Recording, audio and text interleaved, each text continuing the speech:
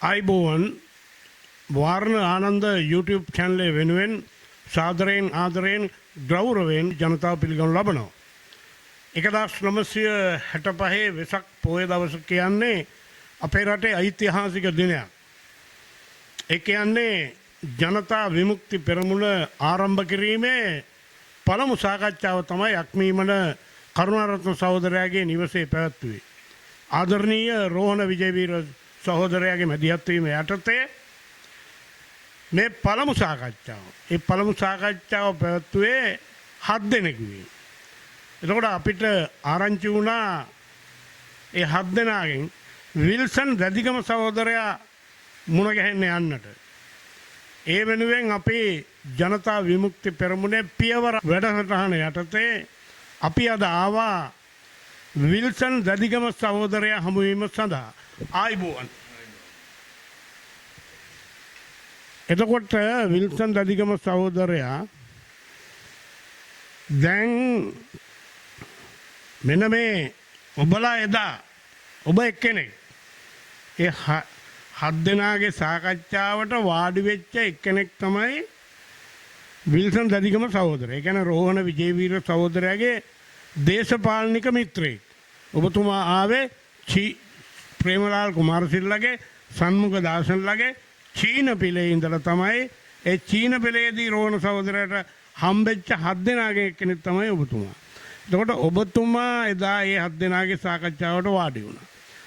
එතකොට ඒ පක්ෂය තමයි යෝධ පක්ෂයක් ඇටියට මේ වෙනකොට ගොඩනැගිලා තියෙනවා අපේ රටේ. අවස්ථා දෙකකදී දුෂ්ට පාලකයෝ විසින් දහස් ගණනක් 71 දී සහ 89 දී ඒ භීෂණයේදී ඒ දවල භීෂණයේදී 70000කට වැඩි පිරිසක් ඒ භීෂණ දෙකේදී ජීවිත පූජා කළා. හැබැයි වර්තමාන වෙනකොට අන්න ඒ පක්ෂයෙන් බිහිවෙච්ච ඒ කියන්නේ ජනතා විමුක්ති පෙරමුණෙන් බිහිවෙච්ච ජාතික ජනබලවේගයේ අති බහුතරයකින් ජනාධිපතිවරි අනුර සහෝදරයා පත් කරගෙන තිබෙනවා. ඒ වගේම පේදුරු තුඩුවේ ඉඳලා දෙවුන්දර තුඩුව දක්වා වූ සිංහල දෙමළ මුස්ලිම් මැලේ බර්ග ජනතාවගේ අති බහුතරයකින් 159කින් පාර්ලිමේන්තුව පුරවලා තියෙනවා. එතකොට බලන්න මට කියන්නකෝ කොහොමද රෝහණ සහෝදරයා එදා ඔබතුමාලාට මේ 7 දෙනාගේ සාකච්ඡාවට යන්න පෙර කොහොමද හමු වුනේ කියලා. රෝහණ සහෝදරයා මගේ ගෙදරට ආව හම්බෙන්න. වරාවල පොන්නල්ලේ වරාවල තියෙන මගේ ගෙදරට ආව රෝහණ සහෝදරයා මාව හම්බෙන්න. ඒ හම්බෙලා හිටන් රෝහණ සහෝදරයා කිව්වා අපි මෙතන ටිකක් ඈතට ගිහිල්ලා හිටන් තනිපන් මේ සාකච්ඡා කරමු කියලා. ඒ සාකච්ඡාවට තමයි මම අර දැන් පෙන්වන්නේ සහෝදරයට එතන තිබුණ රබර් ගහක් පෙරලිලා. ඒ රබර් ගහ උඩ ඉඳගෙන තමයි අපි දෙන්න සාකච්ඡා කළේ. ඒ සාකච්ඡාවේදී එකඟ වුණා අපි පක්ෂයක් හදමු පක්ෂයක වැඩ කරමු කියලා. එතෙන් සිට තමයි අපි පක්ෂයක් හදන්න වැඩ කරුවේ. එතකොට පක්ෂයක් හදන්න තිබුණේ වැඩ කෙරුවා පක්ෂයක් හදන්න. ඊට පස්සේ තමයි අපි ඉතින් පක්ෂය හැදුවේ. ඉතින් අනිත් සහෝදරයෝ ඔක්කොම එකතු වුණේ. ඒ කරුල්ලාර ගොල්ලෝ මේගොල්ලෝ ඔක්කොම එකතු වුණේ ඊට පස්සේ. මම අමතර ප්‍රශ්නයක් අහන්න. එතකොට අක්මීමන කරුණාරත්න සහෝදරයා ගෙදරදී 7 දෙනෙක්නේ ඔයාලා සාකච්ඡා කළේ. ඒ 7 දෙනාගෙන් ඒ සාකච්ඡාව පළමු සාකච්ඡාව පැවැත්ුනේ මේ චීන පිළ නිවැරදි කරන්න කියලා. ඒ චීන පිළ නිවැරදි කරන්න තමයි අපි සාකච්ඡාවට එකඟ වුණේ. ඒකට තමයි මං කිව්වේ අර රබර් ගහක් උඩ ඉඳගෙන අපි දෙන්න සාකච්ඡා කරුවා කියලා. ඒ වෙනකොට මේ කවුරුවත් මේ සහභාගී වෙලා හිටියේ නැහැ සාකච්ඡාවල් වලට. සාකච්ඡාව මූලිකම සාකච්ඡාව මමයි කරුණාර මේ විජේවීර සහෝදරයා තමයි සාකච්ඡා කරුවේ විරලිච්චි රබර් ගහක් උඩ ඉඳගෙන. ඒ කියන්නේ 7 දෙනාගේ සාකච්ඡාවට අක්මීමන්ට යන්න ඉස්සෙල්ලා රෝහණ විජේවීර සහෝදරයා ආවේ වරාවල ඔයාගේ නිවසට. ඇවිල්ලා ඔයත් එක්ක කතා කළා. ඒ කියන්නේ චීන පිළේ දැන ඇඳුරුම්කමට තමයි ඔය විල්සන් රැදිගම සහෝදරයා හම්බෙන්න රෝහණ සහෝදරයා ආවේ. මට ඒක පැහැදිලි. එතකොට ඔයත් එක්ක සාකච්ඡා කරලා තමයි චීන පිළ නිවැරදි කරගමු වැඩක් කරමු කියලා. ඊට පස්සේ තමයි අනෙක් 5 දෙනත් එකතු කරගෙන ඒ කියන්නේ ඊට පෙර තව දෙන්නෙක් එක්ක සාකච්ඡා සම්බන්ධ වෙලා තියෙනවා. ඒ දෙන්න විනය හේතුවක් මත අයින් කරලා තියෙනවා. එතකොට ඒ ඉතුරු වෙච්ච 5 දෙනා ඔයාලා දෙන්නයි රෝහණ සහෝදරයයි ඔයයි අනික් 5 දෙනයි අක්මීමන ගියා කිව්වොත් හරිද? කියන්නකෝ ඒක. අක්මීමන උට අපි ගියේ කට්ටියක් ගාලට ආවා. මේ කණ්ඩායම. ගාලට ඇවිල්ලා හිටන් තමයි අපි ගියේ අක්මීමන්ට. කරුණාර සහෝදරයා ගෙදෙට්ට. ගිහිල්ලා හිටන් අපි දවසක් කඳවුරක් පැවත්තලා දවසක් හිටියා. දවසක් ඉඳලා අපි සාකච්ඡා කළා මේ පක්ෂය හදන්නේ කොහොමද මොන ආකාරයටද ගමන ගෙනියන්නේ කියලා. චීන පිළ නිවැරදි කරන්න. ඔව්. චීන පිළ. ඔව්. ඒකෙදී රෝහණ සහෝදරයා කිව්වා මේ අපට බැරි වුණොත් මේක නිවැරදි කරන්න අපි පක්ෂයක් හදමු කියලා. ඔව්. එතෙන්දී තමයි අපි ගියා. ඊට පස්සේ ඉතින් කීප විටක් උත්සාහ දරුවා මේ පක්ෂය හදන්න උත්සාහ දරුවට චීන පිළ හදාගන්න. චීන පිළ නිවැරදි කරගන්න. ඔව්. හරි ගියේ නැහැ. හරි ගියේ නැහැ. හරි ගියේ නැතුවට පස්සේ තමයි අපි අයින් වෙමු කියලා තීන්දුවක් ගත්තේ. දෙවෙනි වතාවට සාකච්ඡා කරලා අක්මීමන. දැන් ඇත්තටම අපි ඉදිරියේ ඉන්න විල්සන් සහෝදරයාට අවුරුදු 85ක් මේ වෙනකොට වයස. එතකොට ඇත්තටම දැන් වයෝ වෘද්ධම තත්ත්වය මට වැඩි අවුරුදු 11කට වැඩිමල්. එතකොට ඒ වුණත් අද තාම ඔළුව හොඳට තියෙනවා. ශාරීරික වශයෙන් පොඩි දුබලතාවයන් තිබුණත් තාම මතකේ හොඳට තියෙනවා. එතකොට ඔය මම අහන්නේ ආදරණීය රෝහණ විජේවීර සහෝදරයා ඔබත් එක්ක මූලිකවම මේ පක්ෂය මේ චීන පිළ නිවැරදි කරගන්න සාකච්ඡා කරලා ඊට පස්සේ චීන පිළ නිවැරදි කිරීමේ වැඩ ඒ සාකච්ඡාවට අක්මීමට 7 දෙනා එක්ක ගිහිල්ලා ඒක කරගන්න චීන පිළ ඊට පස්සේ නිවැරදි කරගන්න බැරි තැන තමයි ඔබලා පක්ෂයක් ඒ කියන්නේ අලුත් පක්ෂයක ආරම්භක සාකච්ඡා වටගණනාවක් තිබ්බා. එහෙම නැත්ත. එතකොට ඒක කරලා තමයි ඔයාලා දැඩි කැපවීමකින් යුක්තව ඒ කරපු නිසා තමයි අද රටේ ජනතාවට කිසියම් ආකාරයකට ජාති ભેද ආගම් ભેද කුල ભેද වලින් තොරව සාධාරණ පාලනයක් ගොඩ නැගෙමින් තියෙනවා. පරිවර්තනීය පාලනයක්. එතකොට මට කියන්නකෝ මේ රෝහණ සහෝදරයත් එක්ක ඔබතුමාගේ මතකේ රෝහණ සහෝදරයා පිළිබඳව ඔබතුමාගේ මතකය පිළිබඳව පොඩ්ඩක් කියන්න. රෝහණ සහෝදරයාගේ මතකය කියලා හිතන් කියපුවාම මට ඒක පැහැදිලි නෑ. ඒක මොන විදිහේ මතකයක්ද? නෑ රෝහණ සහෝදරයා කොයි වගේ දක්ෂ පුද්ගලයෙක්ද? එතකොට කොහොමද මිනිසුන් ආකර්ෂණය කරගත්තේ? අනේ වගේ. රෝහණ සහෝදරයාට පුළුවන්කම තියෙනවා. දැක්කා අපිත් එක්ක සාකච්ඡා කරනකොට රෝහණ සහෝදරයා ඕනම තැනකට ගිහිල්ලා හිටන් සාකච්ඡා කරන්න සුසු පුද්ගලෙක් බව මට වැටහුණා. ආරම්භයේදී.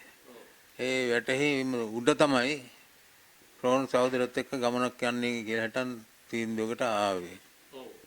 ඒ ඇවිල්ලා තමයි අපි නැවත ඩී.ඒ. ගුණසේකර ගෙදර සාකච්ඡා කළේ. ලංකා සම්බන්ධ සංයුක්ත මණ්ඩලය. ඔව්.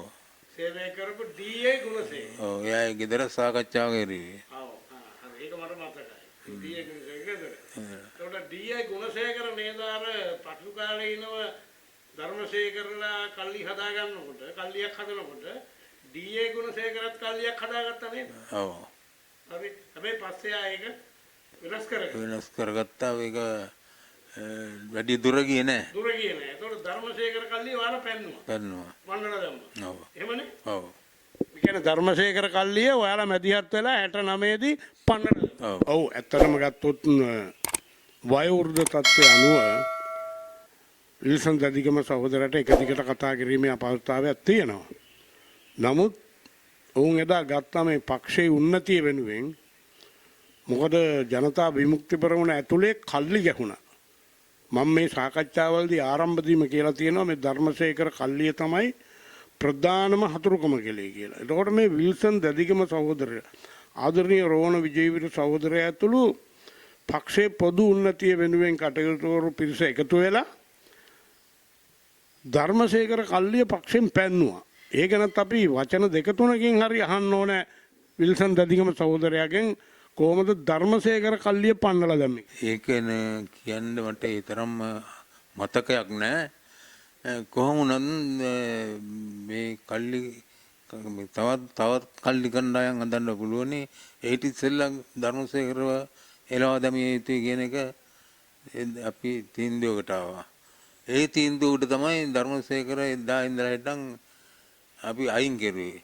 ඔව් අපි අහලා බලමුකෝ කොහොමද එදා පැවතිච්ච තුන්හවුල් ආණ්ඩුව ජනතා විමුක්ති පෙරමුණ මර්ධනය කරන්න වැඩපිළිවෙල හදලා ඊළඟට මේක මර්ධනය කරන්න පටන් ගන්නකොට තරුණ නැගිටීමක් ඇති වුණා 71 දී. ඒ තරුණ නැගිටීමටත් කොහොමද දායක වුණා?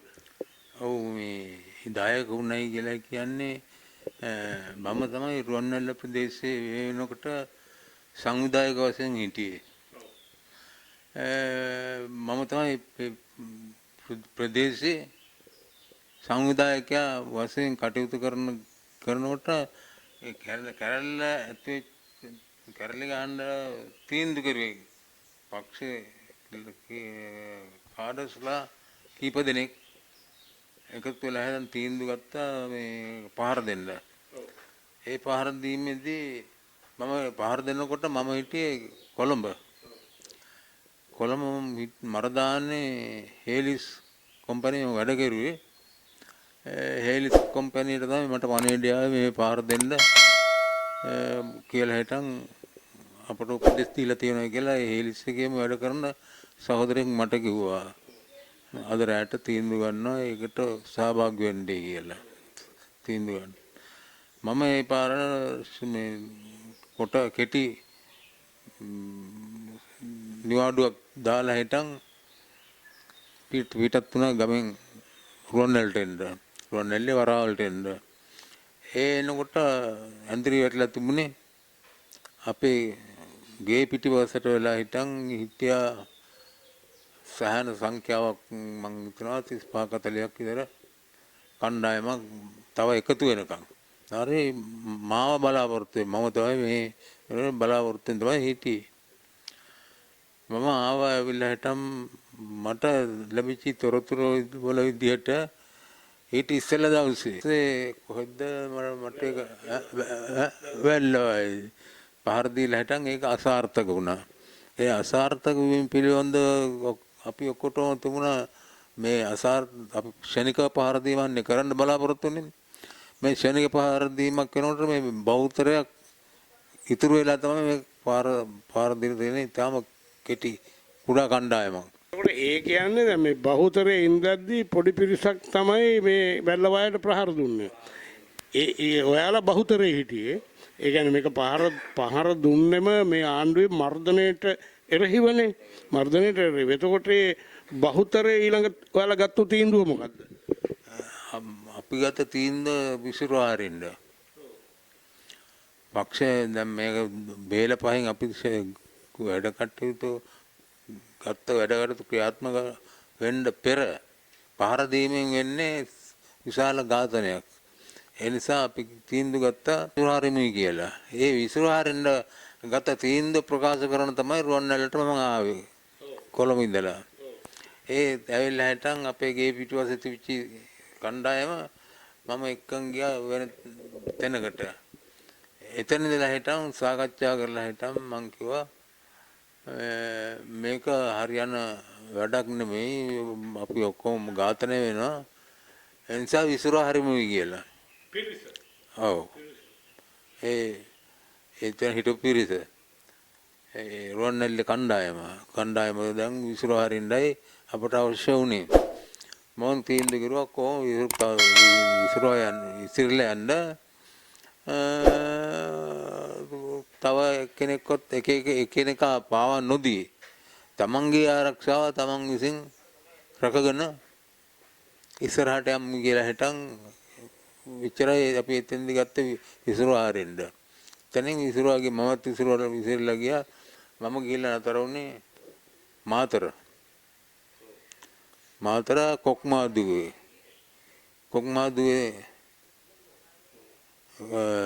කොක්මාදුවේ එහෙ ඉඳලා තමයි රාශිගතව ජීවත් වුණේ. එතනින් පස්සේ සම්බන්ධකම් තිබුණේ නැහැ. දීර්ඝ කාලයක් තිස්සේ ඇතෑකේ අරගලයේ නැගිටීම අසාර්ථක වීමත් එක්ක දීර්ඝ කාලයක් තිස්සේ මාතර කොක්මාදු ප්‍රදේශයේ රහසිගත ජීවිතයක් ගත කරලා අවුරුදු ගානකට පස්සේ එළියට ආවා. ඒ නිසාම අත්අඩංගුවටපත් වීමෙන් වැළකුණා. කොක්මාදුවෙන් ඉඳලා හිටන් මර්ධනය සමනය වීගෙන ආවට පස්සේ මට පුළුවන්කම ලැබුණා නැවත රුවන්වැල්ලට එන්න. රුවන්වැල්ලට ඇවිල්ලා හිටන් මට කරන්න දෙයක් තිබුණේ නැහැ. නිකන් තනි වෙච්ච පුද්ගලයෙක් වශයෙන් තමයි මං හිටියේ.